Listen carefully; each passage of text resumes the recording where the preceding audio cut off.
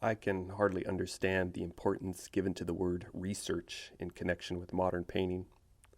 In my opinion, to search means nothing in painting. To find is the thing.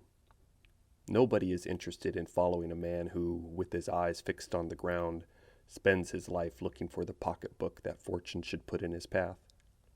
The one who finds something, no matter what it might be, even if his intention were not to search for it, at least arouses our curiosity, if not our admiration.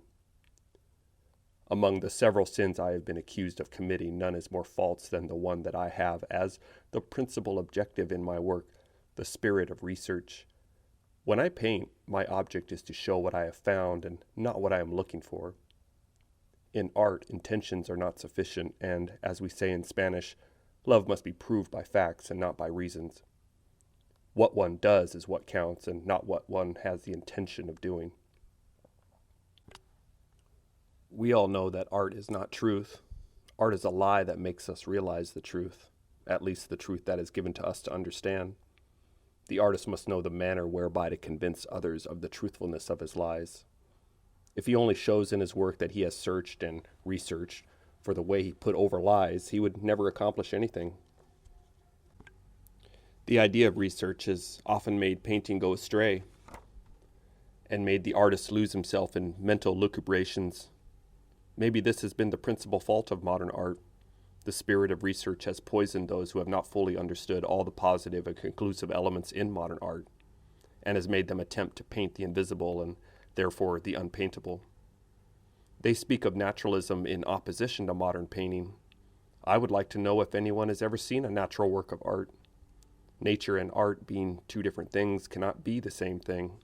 Through art we express our conception of what nature is not. Velasquez left us his idea of the people of his epoch. Undoubtedly they were different from what he painted them, but we cannot conceive of a Philip IV in any other way than the one Velasquez painted.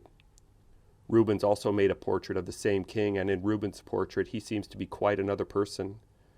We believe in the one painted by Velasquez, for he convinces us by his right of might.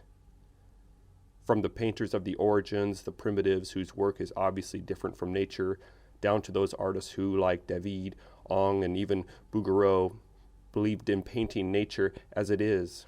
Art has always been art and not nature, and from the point of view of art there are no concrete or abstract forms, but only forms which are more or less convincing lies. That those lies are necessary to our mental selves is beyond any doubt, and it is through them that we form our aesthetic point of view of life. Cubism is no different from any other school of painting. The same principles and the same elements are common to all. The fact that for a long time Cubism has not been understood, and even today there are people who cannot see anything in it, means nothing. I do not read English. An English book is a blank book to me. This does not mean that the English language does not exist. And why should I blame anybody else but myself if I cannot understand what I know nothing about? I also often hear the word evolution. Repeatedly I am asked to explain how my painting evolved.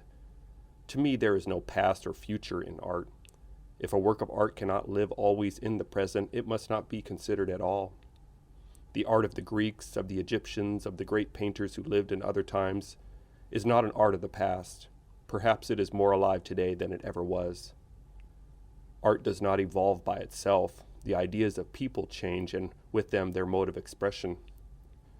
When I hear people speak of the evolution of an artist, it seems to me that they are considering him standing between two mirrors that face each other and reproduce his image in an infinite number of times, and that they contemplate the successive images of one mirror as his past and the images of the other mirror as his future, while his real image is taken as his present.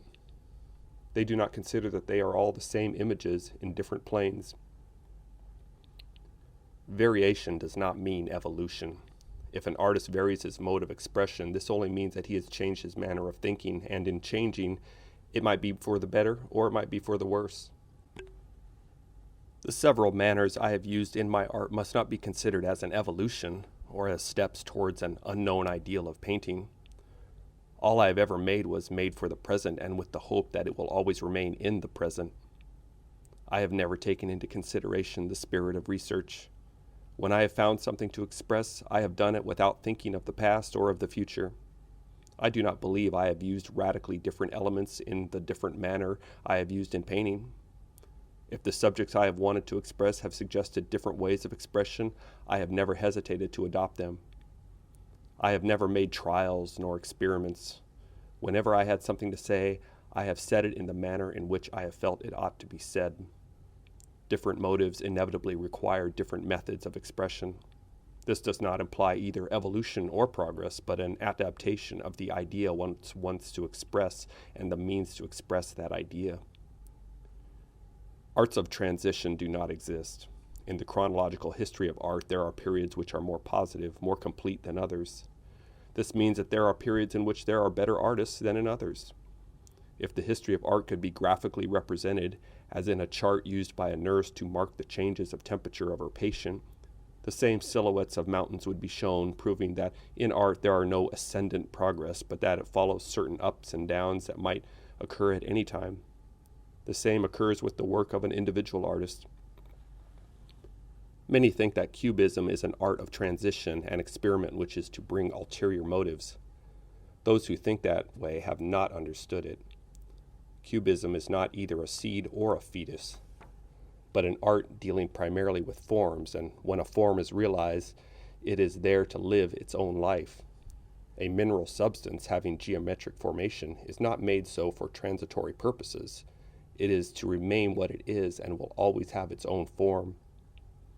But if we are to apply the law of evolution and transformation to art, then we have to admit that all art is transitory. On the contrary, art does not enter into these philosophical absolutisms. If Cubism is an art of transition, I am sure that the only thing that will come out of it is another form of Cubism. Mathematics, trigonometry, chemistry, psychoanalysis, music, and whatnot have been related to Cubism to give it an easier interpretation. All this has been pure literature, not to say nonsense, which brought bad results, blinding people with theories. Cubism has kept itself within the limits and limitations of painting, never pretending to go beyond it.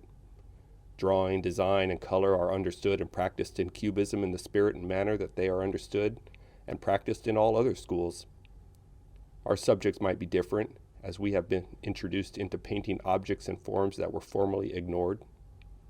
We have kept our eyes open to our surroundings and also our brains.